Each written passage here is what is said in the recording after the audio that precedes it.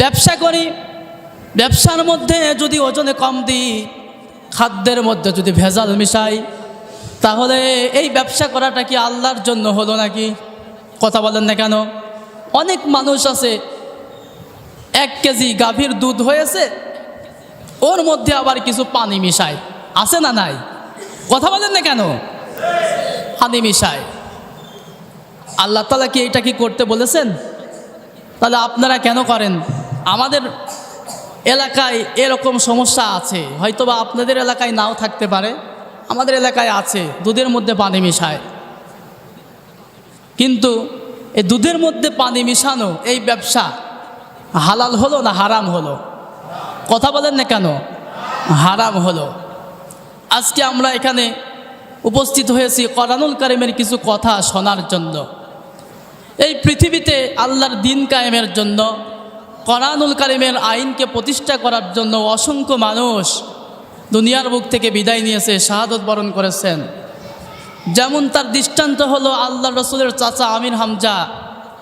উহুদের ময়দানে তাকে যখন আঘাত করা হলো, তাকে যখন শহীদ করা হলো, তার শরীরটাকে কাফেরেরা 70 টুকরা করেছিল। কয় টুকরা? কথা বলেন না কেন?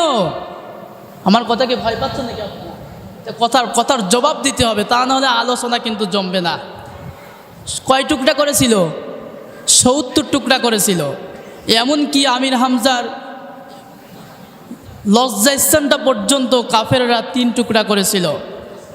আল্লাহ রসুল সাল্লাল্লাহু আলাইহি ওয়াসাল্লাম তার চাচা আমির হামজার লাশটাকে যখন এক জায়গায় গুছাই, গোষ্ঠের টুকরাগুলো এক জায়গায় গুছাই রাখলো, তার চাদর দিয়ে আমির হামজার লাশটাকে ঢেকে দিল, আর আল্লাহকে বলল, রব্বুল আলামিন, এতক্ষণ পর্যন্ত আমি আমার চাচার প্রতি খুশি ছিলাম, আল্লাহ গো তুমিও খুশি হয়ে যাও। জোরে বলেন সুবহানাল্লাহ।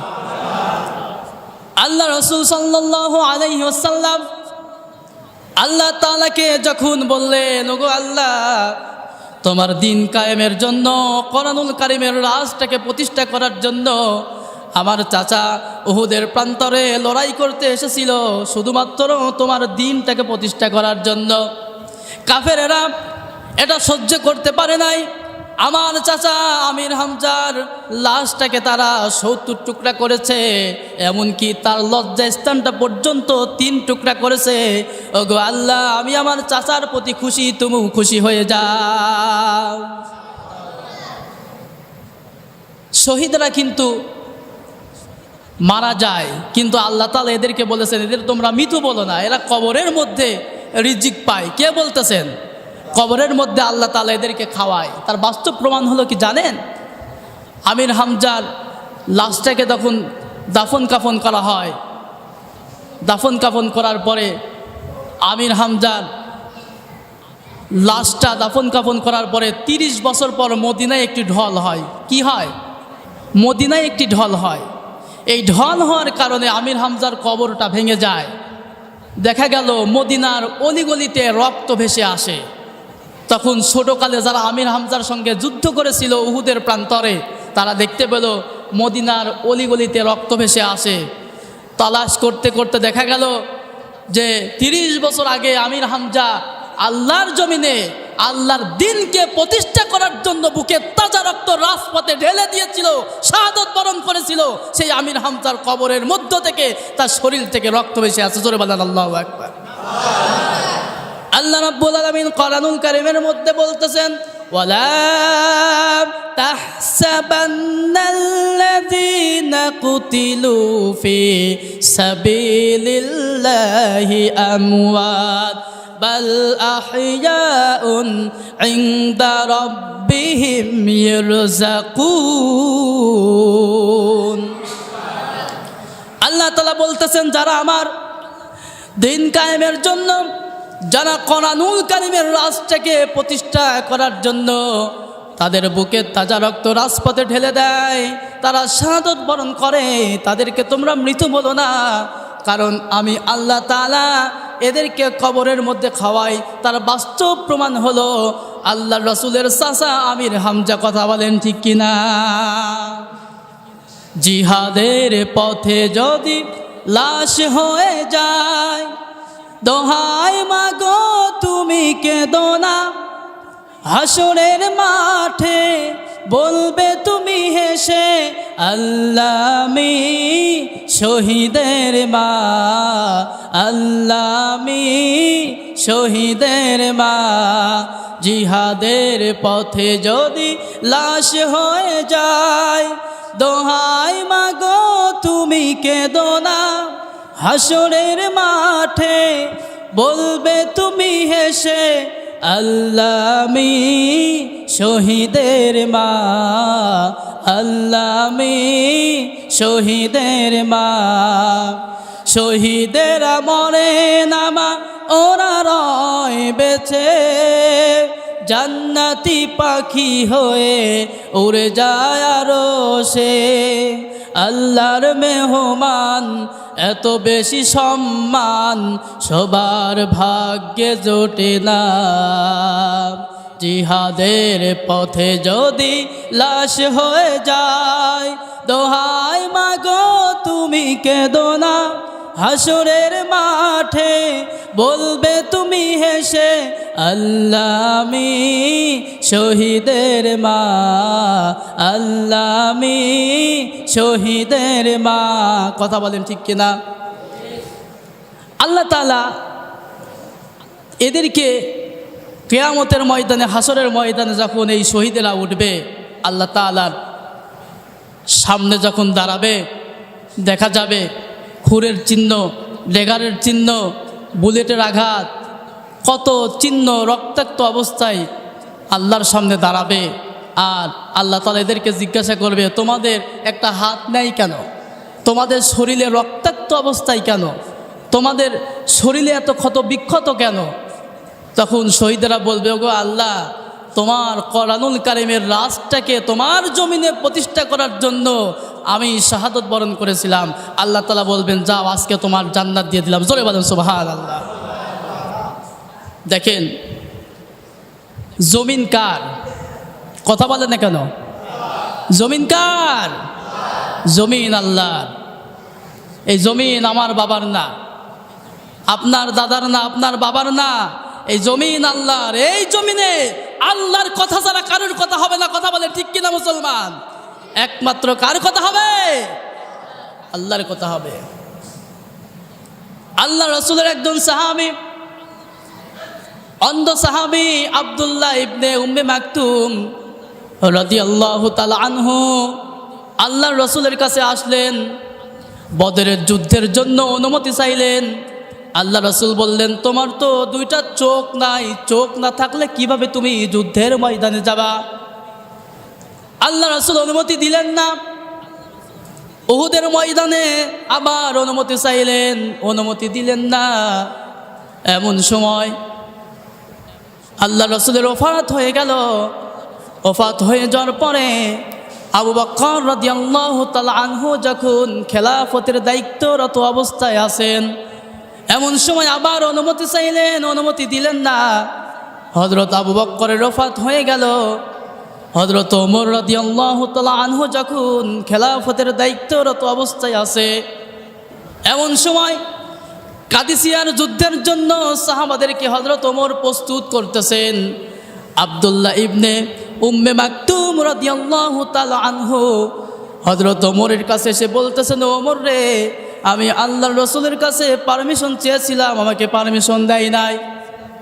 হযরত আবু বকরের কাছে পারমিশন চেয়েছিলাম, আমাকে পারমিশন দেয় নাই। হযরত ওমর, আমাকে আপনি পারমিশন দেন, আমি কাদিসিয়ার যুদ্ধের জন্য যেতে চাই। হযরত ওমর রাদিয়াল্লাহু তাআলা আনহু একই কথা বললেন। এরপরে বললেন, ওমর রে, যুদ্ধের ময়দানে তো একজন দায়িত্বরত অবস্থায় থাকে, কালেমার পতাকা উঁচু করে ধরে রাখা, এই দায়িত্বটা আপনি আমাকে দেন। জোরে বলেন সুবহানাল্লাহ। হযরত ওমর রাদিয়াল্লাহু তাআলা আনহু কেঁদে ফেললেন, পারমিশন দিয়ে দিলেন। আব্দুল্লাহ ইবনে উম্মে মাকতুম রাদিয়াল্লাহু তাআলা আনহু বললেন, ও ওমর রে, আমার যদি জীবন চলে যায়, এরপরেও আমি কথা দিলাম কালিমার পতাকা উঁচু করে ধরে রাখবো। সুবহানাল্লাহ বলেন। ওই সময় কিতাবের মধ্যে আসছে, আব্দুল্লাহ ইবনে উম্মে মাকতুম রাদিয়াল্লাহু তাআলা আনহু শাহাদাত বরণ করেছিলেন, কিন্তু কালেমার পতাকাটা উঁচু করে ধরে রেখেছিল। জোরে বলেন সুবহানাল্লাহ।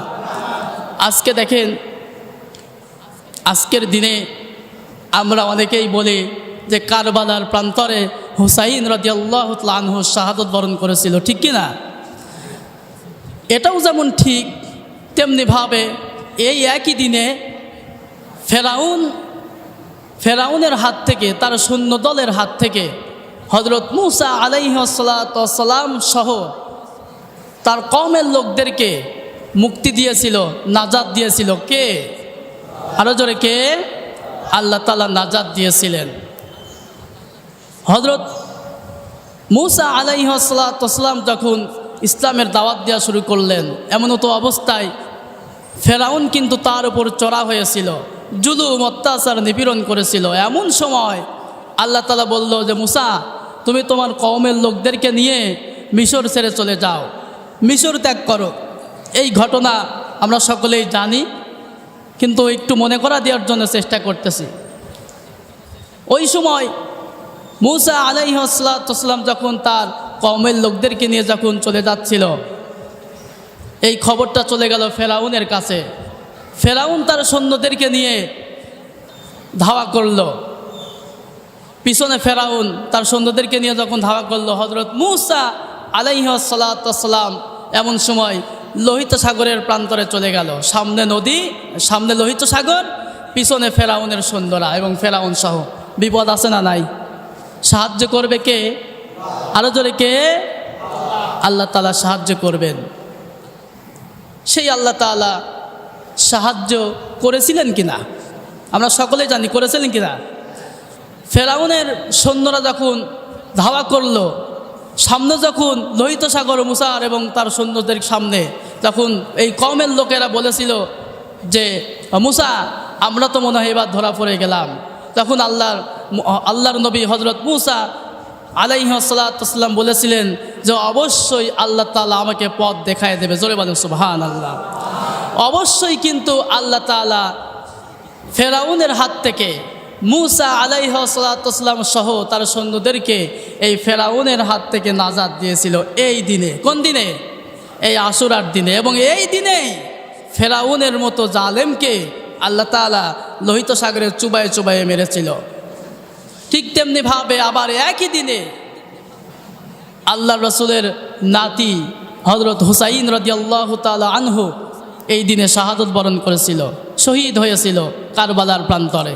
এটা যেমন সত্য, তেমনি বড় সত্য মুসলমানদের বিজয় হয়েছিল ফেরাউনের হাত থেকে। কথা বলেন ঠিক কিনা? আল্লাহ রাব্বুল আলামিন কোরআনুল কারীমের মধ্যে বলতেছেন, ওয়ামা খালাকতুল জিন্না ওয়াল ইনসা ইল্লা লিয়াবুদুন। আমি জিন এবং মানুষকে সৃষ্টি করেছি কেবলমাত্র আমার ইবাদতের জন্য। কার ইবাদতের জন্য?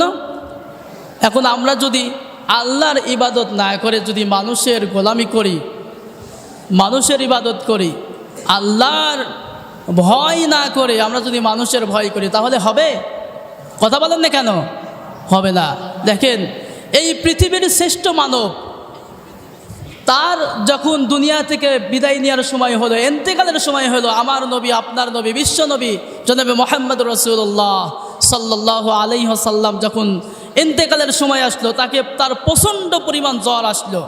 জ্বর আসার পরে ডান কাঁধে হয়ে শুতে পারে না, বাম কাঁধে হয়ে শুতে পারে না, এত পরিমাণ কষ্ট তিনি সহ্য করতেছেন। ফজরের সময় জিবরিল আমিন তার ঘরের মধ্যে প্রবেশ করলেন। করার পরে জিবরিল আমিন আল্লাহ রসুলকে বললেন, ওগো আল্লাহর নবী, আমার সঙ্গে আজকে এমন একজন ফেরেশতা এসেছে যে এই ফেরেশতা কারোর কাছে যাইতে কোনো পারমিশন লাগে না, কোনো অনুমতি লাগে না। জিবরিল আমিন যখন আল্লাহর রসুলকে যখন এই কথা বললেন যে আপনার কাছে ওই ফেরেশতা অনুমতি চাই, ভিতরে আসার জন্য পারমিশন চাই, আল্লাহ রসুল বুঝে ফেললেন যে মালাকুল মউত এসে গেছেন। আল্লাহর নবী অনুমতি দিয়ে দিলেন। মালাকুল মউত আজরাইল যখন ঘরের মধ্যে প্রবেশ করলেন, করার পরে আল্লাহ রসুলকে বলতেছেন, ওগো আল্লাহর নবী, এই পৃথিবীতে অসংখ্য মানুষের রূহ আমি কবজ করেছি, কিন্তু কোনো মানুষের রূহ কবজ করতে গিয়ে আমি কোনো দিন পারমিশন চাই নাই, অনুমতি চাই নাই, নেওয়া লাগে নাই। কিন্তু আপনার সম্মান আল্লাহর কাছে এত বেশি, আপনার মর্যাদা আল্লাহর কাছে এত বেশি, ওয়া ইন্নাকা লাআলা খুলুকিন আযীম, আপনার চরিত্র মহান চরিত্র, উত্তম চরিত্র। আল্লাহ তাআলা বলেছেন এই চরিত্র মাপার কত যন্ত্র আসমান জমিনে নাই। জোরে বলেন সুবহানাল্লাহ। আল্লাহ রাসূল সাল্লাল্লাহু আলাইহি ওয়াসাল্লাম তিনি বললেন, যেহেতু আল্লাহ তাআলা তোমাকে পাঠিয়েছেন, আল্লাহ তাআলা কি বলেছেন? মালাকুল মউত আল্লাহর নবীকে বলতেছেন, ওগো আল্লাহর রাসূল, আল্লাহ তাআলা আমাকে বলেছেন আমার হাবিব যদি আমার কাছে আসতে চায়, আমার দিদারে আসতে চাই তাহলে নিয়ে আসবা, আর যদি থাকতে চাই তাহলে তুমি ফিরে চলে আসবা। জোরে বলেন সুবহানাল্লাহ। এমন সময় আল্লাহ রসুল বললেন, না, আমি আল্লাহর সঙ্গে দিদার করতে চাই। ঘরের মধ্যে সাহাবা একরামগুলো দাঁড়ানো, কান্নার রুল পড়ে গেল। তার স্ত্রী হযরত আয়েশা সিদ্দিকা কান্দে, সাহাবা একরাম কান্দে। শুধু তাই নয়, তার মেয়ে ফাতেমা রাদিয়াল্লাহু তাআলা আনহা কান্দে। এত কষ্ট ওই দিনকে হয়েছিল সাহাবাদেরকে। এই পৃথিবীর শ্রেষ্ঠ মানব দুনিয়া থেকে বিদায় নিচ্ছে, ইন্তেকালের সময় হয়ে গেছে, আমাদের মাঝখান থেকে চলে যাচ্ছে। সাহাবা একরাম মনে মনে চিন্তা করতেছেন যে আমরা আর বিশ্ব নবীর ইমামতিতে আমরা আর নামাজ পড়তে পারবো না। এত পরিমাণ সাহাবা একরামেরা পেরেশান হচ্ছে, এত পরিমাণ কান্নাকাটি করতেছেন। সব থেকে বেশি কান্নাকাটি করেছিল হচ্ছেন তার মেয়ে হযরত ফাতেমা রাদিয়াল্লাহু তাআলা আনহা। তার মেয়েকে ডাকলেন, তুমি আমার কানের কাছে এসো, আমার মুখের কাছে এসো, কানটা দাও। কানটা যখন মুখের কাছে দিল, দেওয়ার পরে দেখা গেল আল্লাহর নবী তার মেয়ের কানে কানে কি যেন বলল, কান্না বন্ধ হয়ে গেল। তখন আয়েশা সিদ্দিকা মা ফাতেমাকে, তার মেয়ে ফাতেমাকে ডাকলেন, ডেকে বললেন, তোমার পিতা তোমাকে কি কথা বলেছে, তোমার কান্নাটা বন্ধ হয়ে গেল? তখন ফাতেমা রাদিয়াল্লাহু তাআলা আনহা বললেন, আমার পিতা বলেছেন, ফাতেমা তুমি কেন্দ না, সর্বপ্রথম আমি দুনিয়া থেকে আমার ওফাত হয়ে যাওয়ার পরে সর্বপ্রথম তোমার সঙ্গে আমার দেখা হয়ে যাবে। তার বাস্তব তিনি বুঝতে পারলেন যে আমার পিতার পরেই আমার ইন্তিকাল হবে। আল্লাহ রসুল তার স্ত্রীকে ডাকলেন, ও আয়েশা রে, তোমার কাছে আমি যে একটি স্বর্ণের টুকরা দিয়েছিলাম, এই স্বর্ণের টুকরাটা তুমি কি করেছো? আয়েশা সিদ্দিকা বলল যে আমার কাছে আছে। তখন আল্লাহ রসুল সাল্লাল্লাহু আলাইহি ওয়াসাল্লাম বললেন, এই স্বর্ণের টুকরাটা তুমি মানুষের মাঝে দান করে দাও, আল্লাহর রাস্তায় দান করে দাও। আমি আল্লাহর সঙ্গে দিদার করতে চাই, এক টুকরো স্বর্ণর মালিক হয়ে আমি আল্লাহর সঙ্গে দিদার করতে চাই না, দান করে দাও। আয়েশা সিদ্দিকা রাদিয়াল্লাহু তাআলা আনহা দান করে দিলেন। ওই সময় আল্লাহ রসুল একটি মাত্র কথা বলেছিলেন, তার মেয়ের কথা বলেননি, তার জামাই আলীর কথা বলেননি, কোনো সাহাবা একরামের কথা বলেননি, তার স্ত্রীর কথা বলেননি, তার মেয়ের কথা বলেননি। একটি মাত্র কথা বলেছিল, আসসালাত আসসালাত ওয়ামা মালাকাত আইমানুকুম আসসালাত। ও আমার উম্মতেরা, নামাজ নামাজ নামাজ ছেড়ে দিও না। জোরে বলেন সুবহানাল্লাহ। যারা আল্লাহর রসুলের খাঁটি উম্মত, যারা মুত্তাকি, যারা মুসলিম, তারা আজান শোনার পরে বাড়ি বসে থাকতে পারে না। কথা বলেন ঠিক কিনা? যারা মুত্তাকি, যারা পরহেজগার, দেখবেন যারা নামাজি, যারা নামাজ পড়ে, তাদের অন্তরটা কেঁপে কেঁপে ওঠে। তাদের সামনে যখন আল্লাহর নামটা উচ্চারণ করা হয়, তখন তাদের অন্তরটা কেঁপে কেঁপে ওঠে। যখন তাদের সামনে কোরআনুল কারীমের আয়াতটাকে তেলাওয়াত করা হয়, ওয়াইদা তুলিয়াত আলাইহিম আয়াতুহু যাদাতহুম ঈমানা, তাদের সামনে যখন আয়াতটা তেলাওয়াত করা হয়, তখন তাদের ঈমান আরও বেড়ে যায়। আর যাদের সামনে আয়াত তেলাওয়াত করলে, আল্লাহর কথা বললে, কোরআনের কথা বললে, দেখবেন যাদের চুলকানি বেড়ে যায়, তারা হচ্ছে কিন্তু ফেরাউন মার্কা লোক। কথা বলেন ঠিক কিনা? এরকম লোক আছে না নাই? আছে।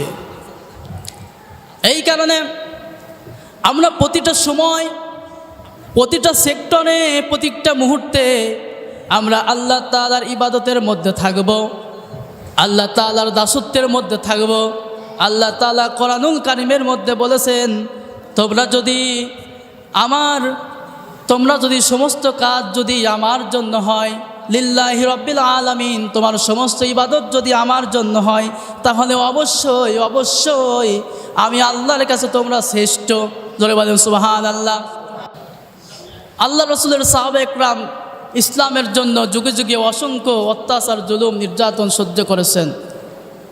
হযরত আয়েশা সিদ্দিকা রাদিয়াল্লাহু তাআলা আনহা বলতেছেন, আমি মাঝে মাঝেই আল্লাহ রাসূলের পিঠে তেল মালিশ করতাম।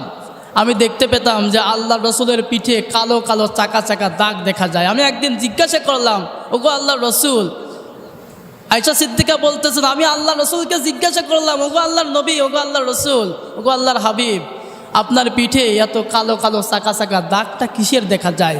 আপনার শরীরে কি কোনো দিন পক্স হয়েছিল, কোনো দিন বসন্ত হয়েছিল? তখন আল্লাহ রাসূল বললেন, আমার শরীরে কোনো দিন একটি মশা মাছি পর্যন্ত বসেনি। জোরে বলেন সুবহানাল্লাহ। ওই যে তায়েফের ময়দানে দাওয়াত নিয়ে গিয়েছিলাম, কালেমার দাওয়াত, সেই তায়েফবাসীরা আমাকে চিনতে না পেরে আমাকে পাথর উপহার দিয়েছিল। আল্লাহর দিন কায়েমের জন্য আমার পাথরের আঘাত খেতে হয়েছে। এই কারণে আমার পিঠের মধ্যে এত কালো কালো চাকা চাকা দাগ। সেই আল্লাহর নবী যখন আমার আপনার সুপারিশের জন্য দাঁড়িয়ে যাবে, তখন আমাদের ভালো লাগবে কি লাগবে না? জোরে বলেন, ভালো লাগবে কি লাগবে না? আমরা মুক্তি পেয়ে যাব। ওই দিনকে আল্লাহ রাসূলের সুপারিশ ছাড়া কেউ জান্নাতে যেতে পারবে না, কেউ এক পাও এগোতে পারবে না।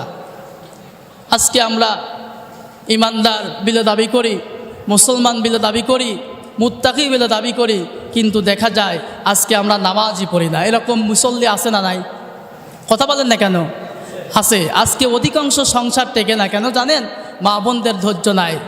মা বোনদের ধৈর্য না থাকার কারণে অধিকাংশ সংসার টেকে না। মা বোনদের মধ্যে পর্দার বিধানটা চালু নাই। মা বোনদের মধ্যে ধৈর্য নাই, নামাজ নাই, স্বামীর খেদমত নাই, বিভিন্ন প্রকার সমস্যার কারণে সংসারটা ভেঙে যায়। আরও বড় সমস্যা হলো, ওই মা বোনদের যিনি মা থাকে, তিনি তাকে কুমন্ত্রণা দেয়, কুবুদ্ধি দেয় যে তোমার শাশুড়ি বা তোমার স্বামী যদি তোমাকে কিছু বলে, সঙ্গে সঙ্গে আমার বাড়িতে চলে আসবা, তোমার ওই বাড়ি আর থাকার দরকার নেই। এরকম শাশুড়ি আছে না নাই? কথা বলেন না কেন? আছে। আল্লাহ রাসূলের একজন মহিলা সাহাবী, তার বাড়িতে 3 মাস যাবৎ চুলায় আগুন জ্বলে না, শুকনা খাবার খেয়ে জীবন ধারণ করতেছেন।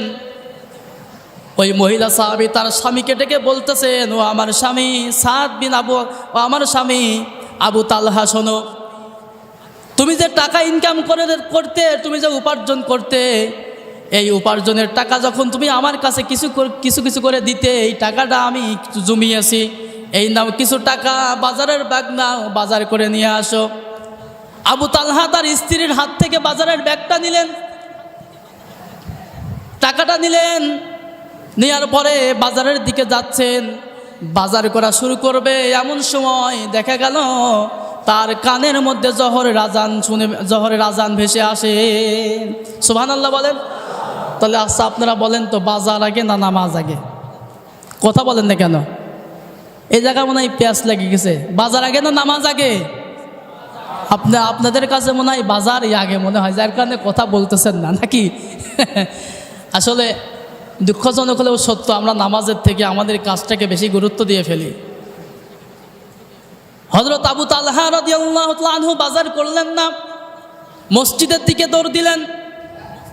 মসজিদের দিকে দৌড় মেরে যখন জোহরের নামাজ পড়ার জন্য যখন মসজিদে গেলেন, যাওয়ার পরে মসজিদে নববীতে ইমামতি করতেছেন আল্লাহর নবী, তার পিছনে নামাজ আদায় করলেন। জোহরের নামাজের পরে আল্লাহ রাসূল কোরআনুল কারীমের দাস শুরু করলেন, কোরআনুল কারীমের আলোচনা শুরু করলেন। আবু তালহা আল্লাহ রাসূলের সামনে বসে পড়লেন কোরআনুল কারীমের আলোচনা শোনার জন্য। আলোচনা চলতে চলতে আসরের আজান হয়ে গেল। নামাজ হয়ে গেল, আবার আলোচনা শুরু হলো, আবার আলোচনা চলতেছে, মাগরিব হয়ে গেল। বাজার করা কি হয়েছে নাকি? কথা বলেন না কেন? বাজার করা হয়েছে? ওদিকে স্ত্রী কিন্তু বাজারের আশায় বসে আছে। আল্লাহ রসুলের সাহাবী আবু তালহা কোরআনের আলোচনা শুনতে এত ভালো লাগতেছে যে বাজার করা ভুলে গেছে, এত মজা পাচ্ছে। আল্লাহ রসুলের মুখের বাণী শুনতে এত ভালো লাগতেছে যে বাজার করা ভুলে গেছে। এশার আজান হয়ে গেল। এশার আজান হওয়ার পরে সমস্ত সাহাবী বসে পড়ল। আল্লাহ রসুল সাল্লাল্লাহু আলাইহি ওয়াসাল্লাম বললেন, ও সাহাবীরা শোনো, আমার কাছে কিছু মেহমান আছে, তুমি দুইজন নিয়ে যাও, তুমি দুইজন নিয়ে যাও। তালহা, তোমার দায়িত্ব হলো একজন, তুমি একজনকে নিয়ে যাও। তালহা রাদিয়াল্লাহু তাআলা আনহু ওই মেহমানকে নিয়ে বাড়িতে গেল, দরজায় নক করলেন। তার স্ত্রী আবু তালহা দরজা খুলে দিল। তালহা রাদিয়াল্লাহু তাআলা আনহু তার স্ত্রীর হাতে বাজারের ব্যাগটা দিল আর বলল, আমি বাজার করতে পারি নাই, সাথে আল্লাহর নবী একজন মেহমানকে পাঠিয়ে দিয়েছে। তার স্ত্রী গালাগালি করল না, টেনশন করলেন না, ভেঙে পড়লেন না, পেরেশানি হলেন না, একটা মাত্র শব্দ বের করলেন, আলহামদুলিল্লাহ। তার স্ত্রী বলেছিল, যে আল্লাহ তাআলা আমার বাড়িতে মেহমান পাঠিয়েছেন, সেই আল্লাহ তাআলা রিজিকের ব্যবস্থা করে দিলেন। রিজিকের ব্যবস্থা সে আল্লাহ তাআলা করে দেবেন। ইন্নাল্লাহা হুয়ার রাজ্জাকু যুল কুওয়াতিল মাতিন। রিজিকের মালিক একজন, তিনি কে? আল্লাহ তাআলা। রিজিকের ব্যবস্থা আল্লাহ তাআলা করে দিবেন। এখনকার মা বোনেরা হলে স্বামীকে জুতা দিয়ে পিটাইতো, ঠিক কিনা? জুতা পিটা করতো, বলতো যে তোমাকে বাজার করতে পাঠালাম আর তুমি বাজার তো করোই নাই, আরও একজন মেহমানকে নিয়ে আসো সাথে। কিন্তু তার মনে বিশ্বাস ছিল রিজিকের মালিক আল্লাহ। ঘরের মধ্যে স্বামী স্ত্রী দুজন কথা বললেন। উপরে তুষের বস্তা ছিল, তুষের বস্তা পারলো, পারার পরে স্বামী এবং স্ত্রী চালনা শুরু করলো। চালতে চালতে 2 মুঠো জব বের হলো। পানির মধ্যে আটা বানালো, বানানোর পরে 2টা রুটি হলো। এই 2টা রুটি আবু তালহার স্ত্রী আবু তালহার কাছে দিয়ে বলতেছেন, এই যে 2টা রুটি মেহমানের সামনে দাও, আর এই 2টা রুটি যখন তুমি মেহমানের সামনে দিবা, তখন এই 2টা রুটি দেওয়ার পরে তুমি ওইখানে বসবা না, চলে আসবা। তালহা রাদিয়াল্লাহু তাআলা আনহু চলে আসলেন, লাইট মাইট বন্ধ করে ঘুমিয়ে পড়লেন। মেহমান নাস্তা করলেন, খাওয়া দাওয়া করলেন। খাওয়া দাওয়া করার পরে ঘুমায় গেল। ফজরের আজান হয়ে গেল। আজান হওয়ার পরে তালহা রাদিয়াল্লাহু তাআলা আনহু এই মেহমানকে ডেকে মসজিদের দিকে চলে গেল। নামাজ শেষ হয়ে গেল। আল্লাহ রসুল সমস্ত সাহাবী চলে গেল। আল্লাহর নবী তালহাকে ডেকে বলতেছেন, তালহা রে, তুমি একটু বসো, তোমার সঙ্গে আমার কিছু কথা আছে। সুবহানাল্লাহ বলেন। তালহা রাদিয়াল্লাহু তাআলা আনহু থরথর করে কাঁপতেছেন, চোখ বেয়ে বেয়ে পানি পড়তেছেন, ভয়ে কাঁপতেছেন। তালহা রাদিয়াল্লাহু তাআলা আনহু আল্লাহ রসুলকে বললেন, ওগো আল্লাহর নবী, আপনি যে আমার বাড়িতে একজন মেহমান পাঠিয়েছিলেন আল্লাহর পক্ষ থেকে, আমি বেশি কিছু মেহমানদারি করতে পারিনি, বেশি কিছু খেদমত করতে পারিনি। তখন আল্লাহ রসুল সাল্লাল্লাহু আলাইহি ওয়াসাল্লাম ওই আবু তালহাকে বললেন, ও তালহা, তুমি এবং তোমার স্ত্রী সারা জীবন যত ইবাদত করেছো আল্লাহর কাছে এই ইবাদতটা সব থেকে বেশি পছন্দনীয় বিবেচিত হয়ে কবুল হয়েছে। জোরে বলেন সুবহানাল্লাহ। তাহলে মেহমানদারি করা দরকার আছে না নাই? আছে। আর মা বোনদের ধৈর্য থাকা দরকার। আজকে আমাদের মা বোনরা এমনভাবে চলাফেরা করে যে পর্দা তো করেই না, এমন অবস্থা। রাস্তাঘাটে দেখা যায় যে ছেলেদের থেকেও মেয়েদের সংখ্যা বেশি। আমরা নিজেরা লজ্জা পাই, কিন্তু মেয়েরা লজ্জা পায় না। এটাই হলো বাস্তবতা, ঠিক কিনা? আমরা নিজেরা দেখলে চোখ নিচু করি লজ্জায়, ওরা আরও মনে করেন আরও রাস্তায় দিয়ে বেশি আরও হাঁটে। বর্তমান যুগ। আজকে আপনার মেয়ে বেপর্দা অবস্থায় কলেজে যাচ্ছে, আপনি কি কোনোদিন তাকে পর্দা করার জন্য বলেছেন? আপনার বোন ইউনিভার্সিটিতে যাচ্ছে বেপর্দা অবস্থায়, আপনি কি কোনো সময় আপনার বোনকে বলেছেন যে বোন, এরকম কলেজে যাওয়া যাবে না, পর্দা করো, এরপরে কলেজে যাও? আপনার বউকে নিয়ে আপনি শপিংয়ে যাচ্ছেন বেপর্দা অবস্থায়, এমন শাড়ি পরাইছেন যে পাতলা শাড়ি সব দেখা যাচ্ছে, আপনি মনে মনে ভাবতেছেন যে আমার বউটা খুব সুন্দরী, খুব চেহারাবান, মানুষ একটু দেখুক যে আমার বউটা কত সুন্দর। এরকম স্বভাবের মানুষ আছে না নাই? আছে না নাই? আছে। মেয়ে বেপর্দা করে, বউ বেপর্দা করে, বোন বেপর্দা অবস্থায় চলে, অথচ পায়ে জুব্বা, পাও সমান জুব্বা, পাগড়ি মাথায়, তসবি টিপতে টিপতে গোবর জড়ে যাচ্ছে, তাও খেয়াল করতেছে না ওর বোন বেপর্দায় থাকে। কথা বলেন ঠিক কিনা? এমন অবস্থা। আজকে মা বোনরা যদি একটু সচেতন হতো, একটু পর্দা করত, তাহলে সমাজের কুসংস্কার, সমাজের এই যুবক ছেলেপেলেগুলো একটু ভালো থাকতো। দেখা যায় যে সভাপতির, মসজিদের সভাপতি, অনেক মসজিদের সভাপতির সুদের সঙ্গে জড়িত, আছে না নাই? কথা বলেন না কেন? সুদের সঙ্গে জড়িত অনেক মসজিদের সভাপতি। দেখা যায় যে কিস্তিওয়ালা যাদের কাছ থেকে কিস্তি তোলে, তারা বাড়ির সামনে এসে দাঁড়িয়ে থাকে এবং সভাপতির বউ বাড়ি থেকে বের হয়ে আসে, সেই কিস্তির টাকা পরিশোধ করে। আছে না নাই? আছে। সেই ওয়াজ করতে গেলে হুজুরের চাকরি থাকে না। কি চাচা ঠিক আছে না? হুজুরের চাকরি থাকে না। এটাই হলো মূল সমস্যা। আমার এক বন্ধুর ইমামতি চলে গেছে। আমি বললাম, দোস্ত তোমার ইমামতি চলে গেল কেন?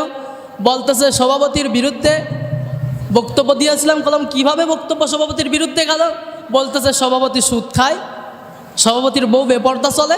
আমি যে এই বক্তব্য দিছি, এরপরে বলতেছেন যে তোমার আজকে থেকে আর ইমামতি করার দরকার নেই, তুমি বাড়ি চলে যাও। এরকম স্বভাবের সভাপতি আছে না নাই? কথা বলেন না কেন? আছে। এখনো পর্যন্ত সমাজের মধ্যে কিছু প্রধান আছে, তারা ইসলামের জন্য কাজ করে, কোরআনের জন্য কাজ করে, আল্লাহর দ্বীনের জন্য কাজ করে, আল্লাহর জমিনে আল্লাহর দ্বীন কায়েমের জন্য তারা এখনো ময়দানে কাজ করে। এখনো কিছু সমাজের মধ্যে কিছু ভালো মানুষ আছে না নাই? আছে। এই যে সমাজ যারা পরিচালনা করে, মেম্বার, চেয়ারম্যান, এদের মধ্যে অনেক ভালো মানুষ আছে। তারা এখনও আলেমদের সঙ্গে আতায়াত করে, আলেমদের সঙ্গে চলে। আমরা তাদের কাছে, তাদের জন্য দোয়া করি, এদের দ্বারা যেন ইসলামের কাজ হয়, এদের দ্বারা যেন ভালো ভালো কাজ হয়। আজকে যুবকদের ব্যাপারে কিছু বলতে হয়। যুবকরা পড়াশোনা বাদ দিয়ে PUBG game, free fire game খেলতে খেলতে মাজাটা বাঁকা হয়ে যায়, কুজো হয়ে যাচ্ছে। আপনার ছেলে ফ্রি ফায়ার গেম খেলতেছে, মাজা কুজো হয়ে যাচ্ছে, কোনো সময় কি বলেছেন? ওই সময়টুকু যদি পড়ার টেবিলে বসত, যদি কোরআন পড়ত, তাহলে এদের চরিত্র অনেক ভালো হয়ে যেত, সমাজটা সোনার সমাজ হয়ে যেত। কথা বলেন ঠিক কিনা? আজকে যুবকদের অন্তরের মধ্যে কোরআনের জ্ঞান নাই। আজকে একজন কলেজের ছাত্ররা পিতাকে জুতা দিয়ে পিটাচ্ছে, ইউনিভার্সিটির ছাত্ররা পিতামাতাকে জুতা দিয়ে পিটাচ্ছে, কিন্তু একজন মাদ্রাসার হাফেজ মাদ্রাসায় পড়েছে, কোনোদিন কি শুনেছেন যে পিতাকে জুতা দিয়ে পিটিয়েছে? আপনি এমন সন্তান গড়ে গেলেন যে আপনি মারা যাওয়ার পরে কবরের পাশে দাঁড়িয়ে বলবে রব্বিরহামহুমা কামা রব্বায়ানি সগীরা, এই কথাটা পর্যন্ত তারা জানে না। এমন সন্তান আপনি গড়ে দিয়ে গেলেন দুনিয়ার বুকে। এটাই হলো মূল সমস্যা।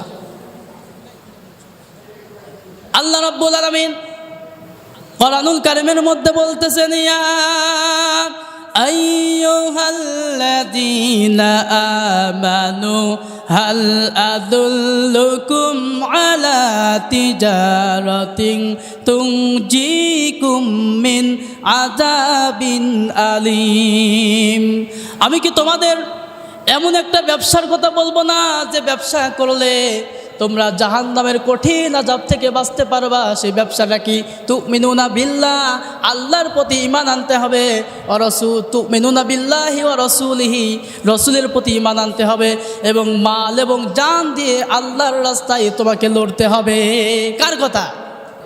আল্লাহর কথা। এখন আমরা কিভাবে সম্পদ গড়ব, কিভাবে 10তলা বিল্ডিং করব, কিভাবে আমরা জায়গা জমি করব, এটাই হলো আমাদের সমস্যা। আমরা যদি আল্লাহর জান্নাত পাওয়ার জন্য যদি আমরা কাজ করতাম, তাহলে আমাদের অবস্থা এই হতো না। কথা বলেন ঠিক কিনা?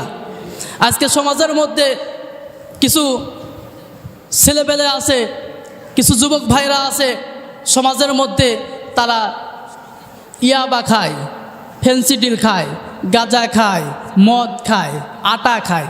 আছে না নাই? কথা বলেন আছে না নাই? আবার কানে দুলও পরে, ঠিক কিনা? আবার প্যান্ট পরে, প্যান্ট আবার মনে করেন যে হাঁটুর হনে কাটা, হাঁটুর হনে কাটা। আমি বললাম যে তোমার প্যান্ট এখানে কাটা কেন? বলে যে এটা বর্তমান নিউ স্টাইল, আপনারা হুজুর মানুষ, আপনারা এগুলো বুঝবেন না। চুলের কাটিং দেয় নেইমার মতো, দুই পাশে চালে উঠাইয়া দেয় এবং মাঝখানে বরাবর রেখে দেয় নেইমার মতো। কথা বলেন ঠিক কিনা? আমার আদর্শ কি নেইমা হবে নাকি মুহাম্মাদুর রাসূলুল্লাহ সাল্লাল্লাহু আলাইহি ওয়াসাল্লাম? আমাদের আদর্শ কে হবে? আল্লাহ রসুল সাল্লাল্লাহু আলাইহি সাল্লাম। এখন আমাদের আদর্শ হয়ে গেছে ম্যারাডোনা, আমাদের আদর্শ হয়ে গেছে মেসি, আমাদের আদর্শ হয়ে গেছে মনে করেন যে নেইমার। এই হলো আমাদের সমস্যা। আজকে এই যুবক ভাইরা যদি কোরআনের পক্ষে থাকতো, কোরআনুল কারিমের জ্ঞান যদি তারা অর্জন করত, তাহলে এই যুবক ভাইদের অবস্থা এরকম হতো না। কথা বলেন ঠিক কিনা? ইসলামের জন্য যুবকরাই সর্বপ্রথম বেশি ভূমিকা পালন করেছে। একজন সাহাবী, আল্লাহ রসুল বক্তব্য দিচ্ছেন, সমস্ত সাহাবী বসে আছেন, একজন যুবক সাহাবী দাঁড়ানোর জায়গা পাই নাই, বসার জায়গা পাই নাই, দাঁড়িয়ে আছে। তখন আল্লাহ রসুল নিজের গায়ের চাদর খুলে তাকে দিল, ওগো আল্লাহ, ওগো আমার সাহাবী, তুমি জায়গা পাও নাই, এই চাদর পেরে তুমি বসো। তখন চাদরটা নিয়ে চুমা খাচ্ছে, আর ওই যুবক সাহাবী বলতেছেন, ওগো আল্লাহ রসুল, আপনি আমার এত সম্মান দিলেন, আল্লাহ তাআলা আপনার সম্মান আরও বাড়িয়ে দিক। জোরে বলো সুবহানাল্লাহ। হযরত ওমরের দিকে তাকান, হযরত ওমর রাদিয়াল্লাহু তাআলা আনহু মক্কা নগরীতে সব থেকে নিকৃষ্টতম ব্যক্তি ছিল, সব থেকে খারাপ ব্যক্তি ছিল, কিন্তু কোরআনের ছায়াতলে আসার কারণে হযরত ওমর রাদিয়াল্লাহু তাআলা আনহু আল্লাহ রসুলের কাছে বললেন, ওগো আল্লাহ রসুল, আমরা যে ইসলাম গ্রহণ করেছি, ইসলামটা কি সত্য? কোরআন কি সত্য? আপনি কি সত্য? তখন আল্লাহ রসুল বলেছেন, হ্যাঁ সত্য। তখন হযরত ওমর রাদিয়াল্লাহু তাআলা আনহু বলেছিল যে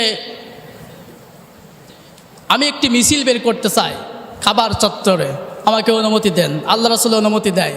তখন হযরত ওমর যুবক মানুষ একটি মাত্র স্লোগান দিয়েছিল, লিল্লাহি তাকবীর, লিল্লাহি তাকবীর, লিল্লাহি তাকবীর। এই স্লোগান দিয়েছিল। বাতিলের অন্তর কম্পনে কেঁপে সামনে যাওয়ার মতো ক্ষমতা হয়েছিল না। কথা বলেন ঠিক কিনা?